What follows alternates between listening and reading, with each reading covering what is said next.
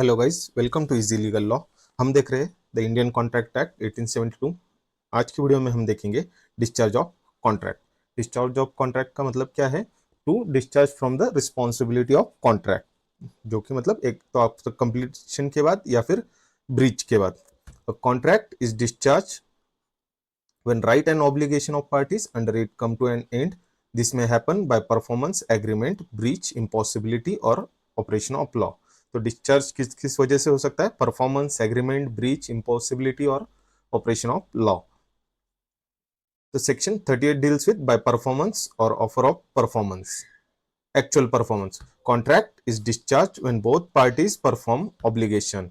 जब दोनों पार्टीज जो ऑब्लिगेशन है वो परफॉर्म करती है तो कॉन्ट्रैक्ट डिस्चार्ज हो जाता है। Section 38 also says that offer or tender of performance. If promisor offers to perform but promisee refuses, promisor is discharged. अगर suppose ये A है, ये promisor है और ये B है promisee। A ने कहा कि मैं आपके लिए ये काम कर दूंगा, अगर B ने रिफ्यूज किया तो A डिस्चार्ज हो जाएगा, तो ये कॉन्ट्रैक्ट भी डिस्चार्ज हो जाएगा। So it is, if promisor offers to perform but promisee refuses, promisor is discharged. Tender must be unconditional, proper time or place, whole obligation made to a proper person, give promisee reasonable opportunity.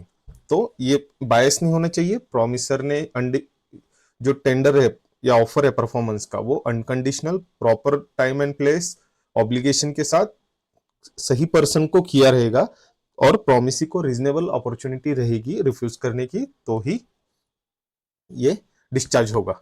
Illustration, if A offers to deliver goods at promise time and place but B refuses to accept, A is discharged. Section 54 क्या कहता है? By non performance of one party, when contract contains reciprocal promises, one party fails to perform, the contracts become voidable at the option of aggrieved party. अगर ये दो लोग हैं, ए ने कहा बी से मैं आपको इतना ये काम करके दूंगा, इसके बदले आप मुझे 100 रुपीज का पेमेंट करना होगा, तो प्रॉमिस और रेसिप्रोकल प्रॉमिस दोनों भी है। तो अगर बी उसको 100 रुपीज पे करने के लिए तैयार नहीं है तो ये ए के ऑप्शन पे वॉइडेबल हो जाएगा। वॉइडेबल मतलब ये एक के ऊपर रहेगा कि वो उसको वॉइड करे या वैलिड करे। So when contract contains reciprocal promises and one party fails to perform, the contract becomes voidable at the option of aggrieve party. तो यहाँ पे ए एग्रीव पार्टी है तो इसके ऑप्शन पे रहेगा कि उसको वैलिड करना है या void. Promisee may resign and claim damages. तो जो प्रोमिसी है वो एक तो इस कॉन्ट्रैक्ट को फिर से चालू कर सकता है या फिर डैमेजेस क्लेम कर सकता है। केस लॉ क्या है? Bhutalinga agencies versus VTC, Poriya Swami Nadar. Non performance of reciprocal promise voided contract. अगर नॉन परफॉर्मेंस होता है रेसिप्रोकल प्रॉमिस का तो कॉन्ट्रैक्ट वॉइड किया जा सकता है।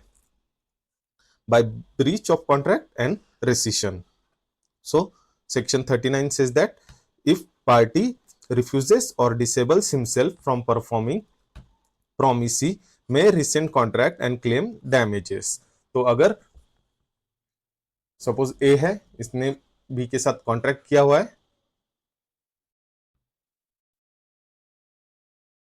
इसने बी के साथ कॉन्ट्रैक्ट किया हुआ है, अगर सपोज ए प्रोमिसर है और बी प्रोमिसी है, तो सेक्शन 39 क्या कहता है? इफ पार्टी रिफ्यूजेस और disables himself from performing, promisee may rescind contract and claim damages. तो अगर ए ने कुछ प्रॉमिस किया है और बी प्रोमिसी है तो इन दैट केस बी उस कॉन्ट्रैक्ट को रिसेंड कर सकता है या फिर कोई जो डैमेज है उसको क्लेम कर सकता है। Section 53 says that if one party prevents performance, other party may rescind and claim compensation. अगर कोई पार्टी परफॉर्मेंस प्रिवेंट करती है या फिर परफॉर्मेंस करने से मना करती है तो अदर पार्टी कैन रिसिंड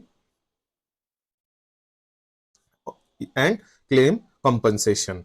तो रिसिंड मतलब एक तो वो कॉन्ट्रैक्ट ही कैंसिल कर दो, पूरे तरीके से रिवोक कर दो और compensation low. Section 55 says that if time is essence, failure to perform on time discharges contract. If not essence, contract continuous but compensation may be claimed. तो सपोज अगर ए है, इसने बी से कहा कि मुझे 1 तारीख को ये चीजें चाहिए, मेरे घर पे बर्थडे पार्टी है। तो अगर यहाँ पे टाइम एसेंस है क्योंकि 1 तारीख को उसके यहाँ पार्टी है, अगर बी उसको उस टाइम तक उसको डिलीवर नहीं कर पाया तो यहाँ पे टाइम एसेंस था, तो ये failure to perform on time हो जाएगा, तो इसकी वजह से कॉन्ट्रैक्ट डिस्चार्ज हो जाएगा। अगर ए ने सिर्फ कहा कि मुझे 1 तारीख को ये चीजें चाहिए, मतलब उसको पर्सनल नीड्स के लिए, पार्टी वगैरह नहीं है, तो यहाँ पे टाइम एसेंस नहीं है। तो और अगर बी ने लेट डिलीवर किया तो ये कॉन्ट्रैक्ट तो चालू कंटिन्यू रहेगा, लेकिन बी को ए को कुछ कंपनसेशन भी देना पड़ेगा। तो अगर टाइम एसेंस रहेगा तो कॉन्ट्रैक्ट डिस्चार्ज हो जाएगा, और अगर टाइम एसेंस नहीं रहा तो कॉन्ट्रैक्ट कंटिन्यू करेगा बट साथ में कंपनसेशन क्लेम किया जा सकता है। केस लॉ क्या है? Puranlal Shah versus state of UP, delay in performance discharge contract as time was essence. Next is section 56, doctrine of impossibility. Initial impossibility, agreement to do an impossible act is void. अगर पहले से आपको पता है कि impossible act है तो अब फिर भी आपने अगर उसका कॉन्ट्रैक्ट किया होगा, एग्रीमेंट किया होगा, तो ये एग्रीमेंट वॉइड रहेगा। तो हमने पहले ही देखे थे वॉइड एग्रीमेंट कौन से रहेंगे, जो अगर इम्पॉसिबल एक्ट है तो ये वॉइड रहेगा। Subsequent impossibility, supervening impossibility, a lawful act becomes impossible unlawful due to an event beyond parties control, contract becomes void। अगर कॉन्ट्रैक्ट करने के बाद अगर कोई एक्ट इम्पॉसिबल हो जाता है और जो कि पार्टीज के कंट्रोल में नहीं है, then in that case it will become void। Example क्या है इसके?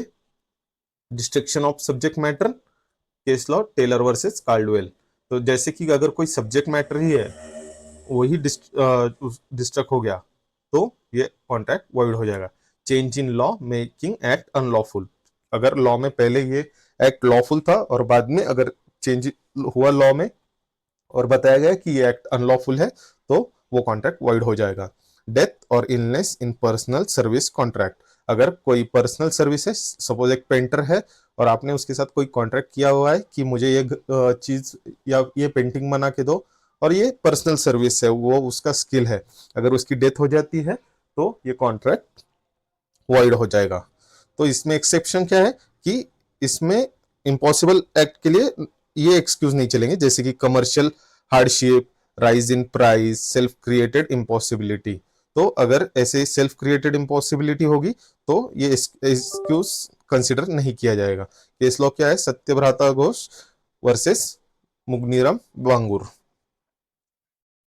Section 62, by agreement, discharge by agreement. तो सेक्शन 62 क्या कहता है? नोवेशन। नोवेशन मतलब substitution of new contract for old one.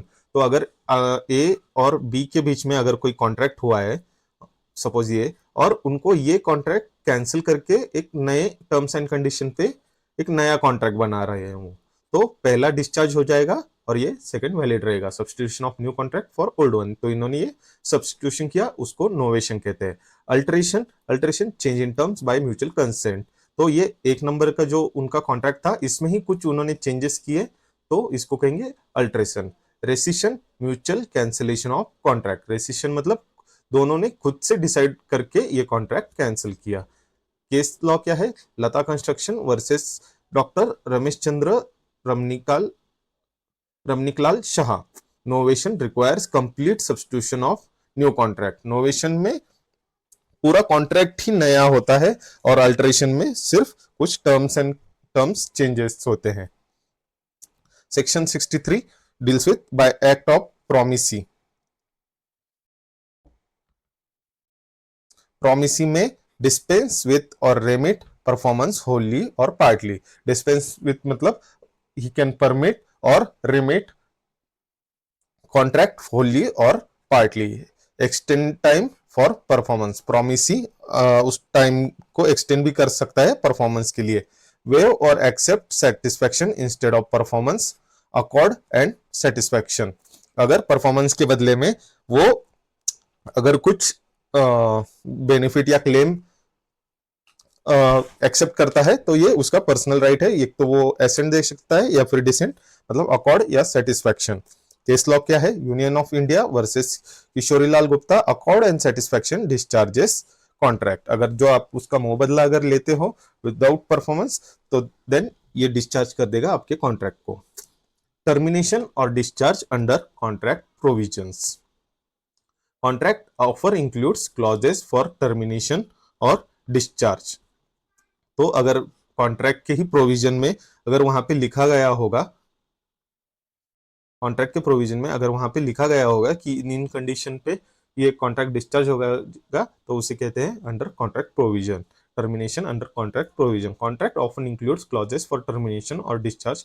Force major clauses, मतलब अगर कोई नेचुरल डिजास्टर या वॉर जो कि ह्यूमन कंट्रोलेबल सिचुएशन नहीं रहेगी तो इन दिस केस डिस्चार्ज हो जाएगा। तो अगर कोई टर्मिनेशन क्लॉज डाला होगा ऑन नोटिस, ब्रीच और non performance, in that case also it can be discharge. Liquidated damages clauses in case of breach. These provision operate in addition to statutory rules. Remedies क्या है under contract law? When contract is breached, injured party is entitled to remedies that restore them to the position they would have been in had the contract been performed. तो ये remedy है contract law के अंदर। When contract is breached the injured party is entitled to remedies that restore them to the position they would have been. अगर कोई वो contract perform हुआ होता तो जो पोजीशन पे पार्टीज रहती तो उस जगह पे उनको रिस्टोर करना पड़ेगा। तो section 73-74 deals with compensation damages. Section 73 state that compensation for breach, compensation is given for loss or damage naturally arising in the usual course of things। इसको जनरल डैमेजेस कहते हैं। लॉस और damages with in the contemplation of parties at the time of contract, इसको special damages कहते हैं। तो अगर जो नेचुरली अराइज होते हैं कोई लॉस या डैमेज, उसको जनरल, अगर पार्टीज के एक्शन की वजह से कोई डैमेजेस होते हैं तो उसको स्पेशल डैमेजेस कहते हैं। नो कंपनसेशन फॉर रिमोट और इनडायरेक्ट लॉसेस। तो इन केस अगर ये इनडायरेक्ट लॉस होता है या फिर रिमोट होता है तो इस केस में कंपनसेशन नहीं रहेगा। केस लॉ क्या है? Hadley versus Baxendale foundation for remoteness of damages rule. Types of damages क्या है? General damages flow naturally from breach, example failure to deliver goods, buyer claims difference between contract price and market price. तो flow naturally from breach, तो ये general damage है। तो breach की वजह से जो डैमेज होता है, सपोज अगर आपको आपने अगर कोई अम्ब्रेला ऑर्डर किए हैं बेचने के लिए समर सीजन में, तो समर सीजन के बाद रेनी सीजन आता है। समर सीजन में आपने अम्ब्रेला ऑर्डर किए लेकिन आपको वो समर सीजन में सस्ते मिल रहे थे लेकिन आपको डिलीवर नहीं हुए, देन वो आपको रेनी सीजन में थोड़े हाई कॉस्ट पे डिलीवर हुए। तो इन दैट केस वो प्राइस आप क्लेम कर सकते हो कि मुझे वो प्राइस एडजस्ट करके मिलना चाहिए जो कॉन्ट्रैक्ट प्राइस और मार्केट प्राइस है। Special damages arises from special circumstances communicated to promisor, example late delivery of machinery known to stop production, compensation for lost profit. अगर सपोज कोई मशीन है, उसको डिलीवर करने में टाइम लग गया और इसकी वजह से उनका प्रोडक्शन रुक गया, तो ये स्पेशल सर्कमस्टांसेस हुआ। तो यहाँ पे उस जो लॉस हुआ है प्रॉफिट में वो कंपनसेट किया जाएगा। Substantial damages real compensation for actual loss. Nominal damages जो कि नॉमिनल होते हैं, small sum awarded when breach occurred but no real loss, तो ज्यादा बड़ा लॉस नहीं रहता है, तो एक जो नॉमिनल सम होती है उस वो अवॉर्ड की जाती है, ये रियल लॉस नहीं होता है। केस लॉ क्या है? Khadar Khan versus state of Andhra Pradesh. Aggravated and punitive damages rare in contract law, more in torts, awarded for breach involving fraud operation और malicious intent, example breach by public authorities। liquidated and unliquidated damages, liquidated किसे कहते हैं? pre-estimated sum fixed in contract, unliquidated assessed by court after breach। तो liquidated damages वो होते हैं जिनके मतलब ब्रीच होने पर या डैमेज होने पर आपने कॉन्ट्रैक्ट में प्राइस फिक्स की रहती है कि अगर ये चीज होती है, अगर ऐसा कुछ लॉस होता है तो आपको इतना इतना पेमेंट करना पड़ेगा, तो ये हुआ लिक्विडेटेड। तो अगर कॉन्ट्रैक्ट में मेंशन नहीं किया हुआ है कि आपको ये अमाउंट पे करना पड़ेगा ये ब्रीच होने पर या ये लॉस होने पर, देन इट इज अनलिक्विडेटेड। तो इन दैट केस ये मैटर जाता है कोर्ट के पास और कोर्ट फिर डिसाइड करता है कितना compensation. Section 74 deals with penalty and liquidated damages. If contract specifies a sum payable on breach, court may award reasonable compensation not exceeding the sum stated.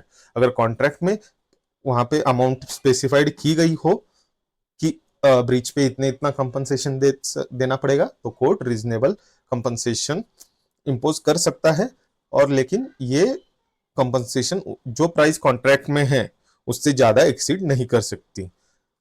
Distinction between penalty and liquidated damages is less rigid in India than in English law. Case law क्या है? Fatehchand versus Balkishan Das, court must award reasonable compensation even if sum is named. ONGC versus Saw Pipes limited, compensation may equal stipulated amount if reasonable. Rule as to remoteness of damages, compensation recoverable only if arises naturally, ordinary course में parties knew it was likely at time of contract, no damages for remote or indirect loss। section 73 में mention किया है कि no damages for remote or indirect loss। Quantum merit ये concept है कि अगर भले ही आपके इसमें कॉन्ट्रैक्ट नहीं हुआ हो और अगर आपने किसी से कुछ सर्विस ली है या फिर आपके लिए किसी ने कुछ काम किया है, तो आपकी रिस्पॉन्सिबिलिटी है उसको पे करना, या फिर आपने अगर किसी के लिए कुछ काम किया है या डिलीवर किया है या फिर कुछ परफॉर्मेंस किया है, तो उसके बदले आपको जो रेसिप्रोकल प्रॉमिस है वो परफॉर्म करना पड़ेगा, या फिर जो कंसिडरेशन डिसाइड रीजनेबल कंसिडरेशन होगा वो देना पड़ेगा। मतलब क्वांटम मेरिट इज मीनिंग क्या है इसमें? Payment for the value of work done even if contract is void, voidable और नॉट फुल्ली परफॉर्म। अगर भले ही कॉन्ट्रैक्ट वॉइड है, वॉइडेबल है या फिर पूरी तरह से परफॉर्म नहीं किया गया है, फिर भी जो काम किया गया है उसके लिए आपको जो वैल्यू है वो देनी पड़ेगी। Based on principal of restitution unjust enrichment prevented. मतलब अगर कोई किसी का एक्सप्लॉयटेशन हो रहा होगा, अगर ये लूप होल्स यूज करके कि कॉन्ट्रैक्ट वाइड है इसलिए आपको आपका पेमेंट नहीं मिलेगा या फिर आपको आपका परफॉर्मेंस रेसिप्रोकल प्रॉमिस पूरा नहीं किया जाएगा, ये अवॉइड करने के लिए, किसी पे इनजस्टिस ना हो इसलिए ये प्रिंसिपल ऑफ रेस्टिट्यूशन के बेस पे ये क्वांटम मेरिट बताया गया है।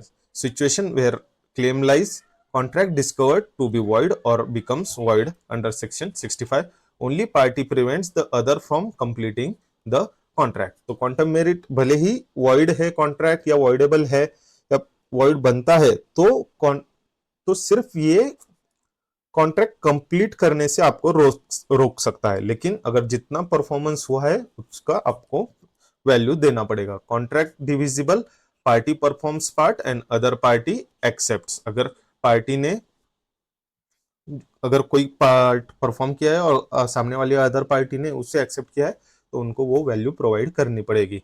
Section 70 deals with non gratuitous act. अगर वो एक्ट नॉन ग्रेटिट्यूस हो, मतलब आउट ऑफ गुडविल, कुछ हेल्प करने के नेचर से किया हुआ ना हो, मतलब अगर हेल्प करने के लिए अगर कोई एक्ट किया हो तो वो होता है ग्रेटिट्यूस एक्ट। और अगर with intention of some value consideration या फिर उसके बदले में कुछ तो चाहिए, अगर वो ऐसा एक्ट हो तो उसे कहते हैं non gratuitous act. Breach by one party other has performed partly. तो इस कंडीशन में ऐसा अगर रहेगा, अगर एक पार्टी ने ब्रीच किया रहेगा और दूसरी पार्टी ने परफॉर्म किया रहेगा, तो ये उसको उसकी वैल्यू देनी पड़ेगी। That was all for today. See you in next video. Till then, like, share and subscribe. Thank you.